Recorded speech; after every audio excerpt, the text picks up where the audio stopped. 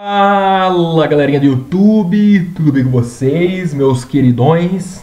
Vamos então agora com a nossa aula de número 11, meio ambiente. Como vocês podem ver, é um assunto bem relevante para o Enem, 9%, é uma puta assunto relevante. Ao todo são 61 questões sobre ele, certo? E isso está aumentando, então é um assunto muito importante para a gente entender, tá bom? Vamos então começar com definição. O que é a geografia ambiental, certo? Que é basicamente do estudo que se preocupa com o quê? Compreender o que o homem, a ação do homem sobre a natureza. O que o homem produz, transforma na natureza e o que a natureza transforma no homem, e vice-versa, certo? Essa relação de homem e natureza. As consequências, então, a gente vai analisar as consequências da ação, das ações antrópicas. Gente, isso aqui é muito importante, tá bom? Você vê uma palavra dessa, você fica perdido.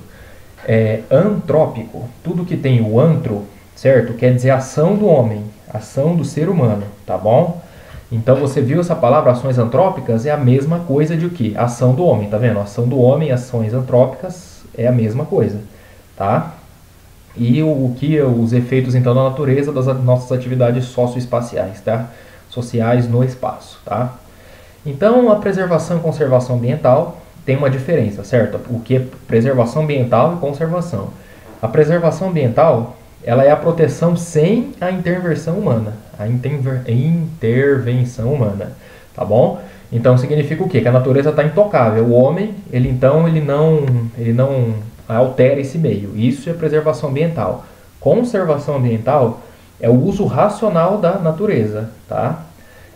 Ou seja, a gente vai ver melhor esse termo aqui, sustentável, através do manejo sustentável, a gente vai fazer o quê? Uma relação entre o homem e a natureza, vai ser bem controlado as ações que a gente produz na natureza, naquele meio ambiente. Isso é conservação ambiental, tá bom? Então, as áreas de conservação ambiental, elas são espaços instituídos por lei, certo? A lei do Brasil protege elas, que para proteger a biodiversidade, né, a vida desse local, a fauna, a flora, e restaurar os ecossistemas, tá bom? Para promover o desenvolvimento sustentável em cima disso. Uma curiosidade que eu trouxe aqui, esse gráfico está meio desatualizado, ele é de 2009, mas eu trouxe aqui mais como curiosidade para vocês verem o seguinte. O Brasil, cerca de 28%, 28% das áreas do Brasil, elas são protegidas por lei. E o Brasil é o maior país com áreas protegidas por leis. A gente pode ver a média mundial, em torno aqui de 9%. Seguido pela China, pelos Estados Unidos, mas o Brasil ele é um país que tem leis ambientais bem fortes, tá? Por isso que esse tema cai tanto no Enem. E a gente é um país muito rico em biodiversidade. As áreas públicas sob a proteção do Brasil, então, aqui no caso, o que está em verdinho claro, tá? São as áreas de conservação, o resto não é, tá? Então tudo que está em verdinho claro aqui é as áreas de conservação. A gente vai ver isso aqui na próxima aula, são as porcentagem dos biomas, né? Do Brasil que está sob proteção, o Pantanal, o Pampa, a Mata Atlântica, o Cerrado, a Caatinga e a Amazônia. A gente vai abrir melhor cada uma delas aqui na próxima aula, tá bom? Então a gente tem no país, cerca de 150 milhões de hectares que são áreas de conservação, tá? A pessoa pode até usar essas áreas, né? Os donos proprietários da terra, eles podem ter acesso, manipular essas áreas, só que está tudo como aqui, ó, conservação ambiental. Então está tudo protegido por lei, tá? O uso racional dos recursos. Esse aqui eu peguei do site do governo, esse aqui é bem confiável, essa fonte aqui, que no caso são as áreas de conservação aqui do Paraná, tá certo? Que são essas áreas em verde aqui, ó, aqui mais na ponta leste aqui do Paraná. E as áreas em laranja são as áreas em restauração, certo? Tentando restaurar esses biomas aqui que foram afetados pelo homem. Perfeito? Easter egg. O meio ambiente e sustentabilidade, então. Esse termo sustentabilidade, o que é esse termo? Ele é basicamente o que? Ele é um termo bastante abrangente, certo? É um planejamento, educação, a economia, cultura, organização, que a gente desenvolva as coisas de forma saudável e justa. O que seria isso aqui? Seria o que? Sustentabilidade. Se eu não trabalho, por exemplo, e eu dependo do dinheiro dos meus pais. Se eu não tenho dinheiro dos meus pais, eu não tenho mais como me sustentar, certo? Então, ser sustentável é o quê? Uma coisa que se renova. Por exemplo, eu trabalhar com meu dinheiro, ou seja, eu não dependo de ninguém. Mais ou menos nesse raciocínio que eu quero mostrar para vocês é o seguinte. Se eu tenho o planeta Terra, a gente extrai recursos, petróleo, recursos limitados, que a gente viu lá na aula de fontes energéticas. Petróleo, carvão, ferro, carvão mineral no caso, se eu extrair essas fontes são esgotáveis, uma hora elas vão acabar, certo? Então eu não estou fazendo desenvolvimento sustentável. Por quê? Porque se eu ficar sem essas fontes, eu não consigo mais me desenvolver, certo? O desenvolvimento sustentável são fontes que se renovam, certo? Então aqui a gente, por que fontes se renovam? Porque eles podem atender às futuras gerações, né? Não vai faltar na nossa geração, mas pode faltar para as futuras. Por isso desenvolvimento sustentável, pensando nas próximas gerações, para eles poderem se sustentar também, tá? Então a gente para esse desenvolvimento sustentável, a gente tem ações internacionais a respeito disso, ó, esse símbolo aqui bem famoso, ó, reciclagem, certo? Uma das ações sustentáveis mais famosas que a gente tem aí. Os acordos internacionais, então, eles vêm como que uma tentativa das nações do mundo inteiro, de todos os países do mundo, não todos, né, mas a maioria dos países do mundo, de tentar conter os avanços da poluição, dos impactos ambientais, tá certo? Para preservar o meio ambiente. A conferência, a primeira delas, internacionalmente realizada, foi a Conferência de Estocolmo, foi em 1972, essa conferência aí, depois no Brasil, a gente teve o Rio 92, o Eco 92, que foi a aprovação da Agenda 21, que no caso é pensar globalmente, agir localmente, ou seja, desenvolver essa consciência sustentável, que nossos recursos são limitados e a gente precisa manejar esses recursos de forma a garantir a sobrevivência das futuras gerações. A gente teve também o protocolo isso aqui são todas, não todos, né, mas vários deles aqui, ó, o protocolo de Montreal, por exemplo, ele foi o objetivo de reduzir a emissão dos poluentes da camada de ozônio. O protocolo de Kyoto, o objetivo de mitigar, né, diminuir o impacto ambiental das mudanças climáticas no planeta Terra. Eventos internacionais, como países do mundo inteiro se reuniram para fazer. A gente tem no Brasil o Rio+10, que é a cúpula mundial de desenvolvimento sustentável, então define ações voltadas para a preservação ambiental dos países mais pobres, certo? Para proteger esses países mais pobres que estão sofrendo mais. O Rio+20, Conferência da ONU sobre Desenvolvimento Sustentável, certo? O Acordo de Paris, com o objetivo de conter o aquecimento global. E a agenda, isso aqui provavelmente vai cair na prova, viu? A Agenda 2030. Isso aqui eu vou trabalhar melhor na aula 19 dos impactos ambientais. O objetivo é orientar então as nações do planeta rumo ao desenvolvimento sustentável, certo? Para tentar erradicar a pobreza do mundo. Os problemas ambientais, então, a gente sabe que prática de queimada, ação humana, causaram muitos impactos na natureza. A gente tem muitos problemas ambientais, certo? A gente tem as mudanças climáticas, destruição da camada de ozônio, intensificação do efeito estufa, a poluição da água e do ar, né? A extinção de espécies, a chuva ácida, o desmatamento e a desertificação. A gente vai ver, só entender melhor aqui como que funciona cada um deles, os principais pelo menos.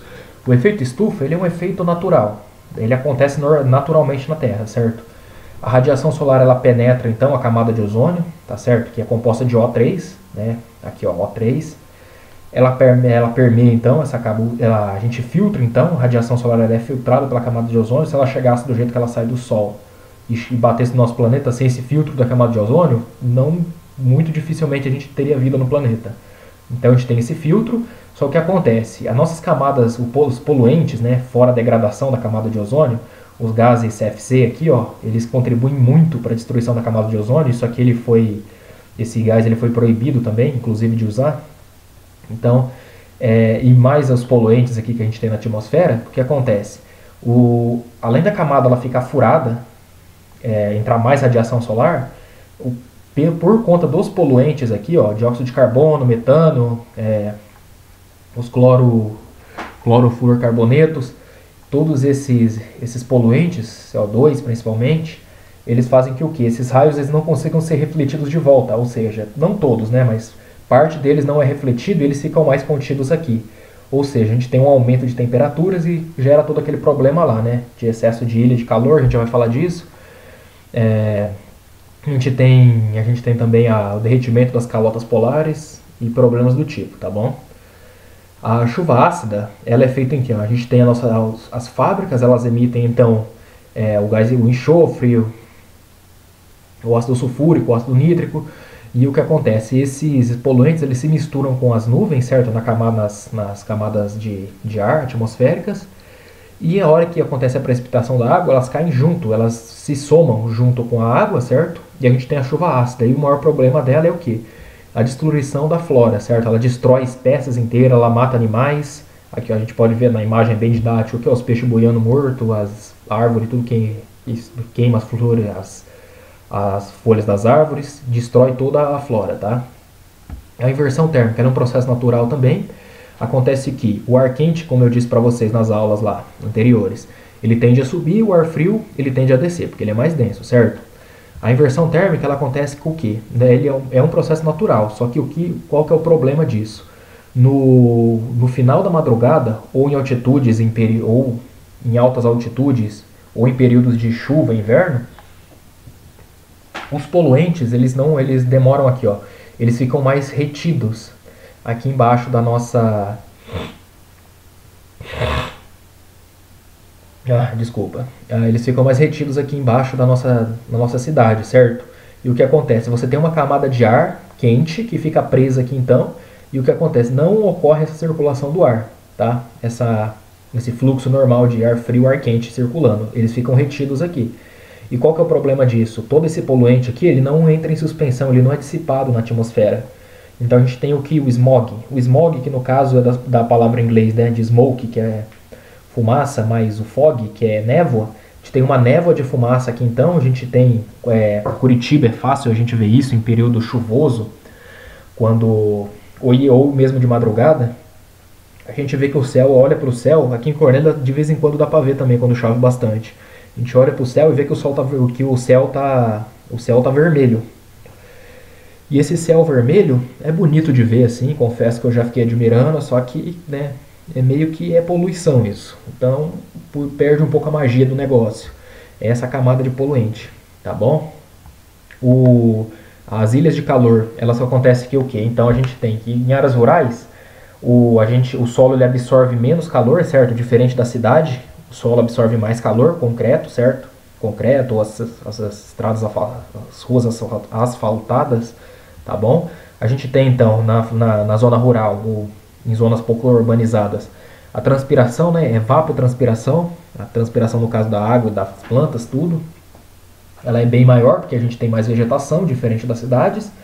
E também o problema da penetração da água, que ela penetra muito mais na zona rural do que na cidade, certo? O resultado disso é um aumento de temperatura significativo nas zonas urbanas. A gente tem um aumento de 3 a 10 graus Celsius, isso é bastante, apesar de parecer pouco, faz bastante diferença. Por isso, então, a gente chama isso efeito de ilha de calor. É como se fosse uma ilha, né? Onde está a minha zona urbana, a minha cidade aqui, onde está mais quente, tá bom? O processo de desertificação, então, ele acontece quando a gente tem uma vegetação nativa aqui no meu local. Aí o que acontece? O solo, né, retém bastante água, evita, a gente conversou disso aqui também, que é a vegetação, né, as árvores elas evitam o processo de erosão. Só que depois que acontece o desmatamento dessa vegetação e também a pecuária predatória também aqui, o que acontece é o seguinte, ó, o solo sem a proteção vegetal, acontece esse desmatamento, ela começa a ser removida pela erosão. E essa erosão, conforme essa erosão acontece, ó, vai chegar em um momento, e isso é coisa de poucas décadas, que o terreno ele fica arenoso e improdutivo, e forma uma espécie de deserto, por isso esse nome, certo? A gente tem então a ação humana, e a consequência é esse processo de desertificação. Tudo porque que a gente tirou a vegetação nativa para a agropecuária predatória, certo? Que é a agropecuária mais agressiva, no caso, né? Que não se importa com os efeitos que vai acontecer de desertificação, certo? Então, lembrando então que a nossa tarefa é para sábado, tá certo? Entregue até 11h55 da noite. E aqui uma tirinha só pra gente refletir, ó. A gente vê a menininha que vê o negócio de poluição, aí ela começa a protestar contra isso, chama a atenção da mídia, sai em jornal, tudo quanto é lugar, ganha até prêmio por isso, né? E o que acontece é que, né, continua poluindo, só que mais agora, né? Essa tirinha ela mostra o que pra gente? Que não adianta só eu falar, certo? Se eu ficar só na conversa, só no protesto, não vai resolver nada, né? Tentar criar soluções para isso. Tá certo? Obrigado então pela atenção, pessoal. Obrigado, fique com Deus. Amém.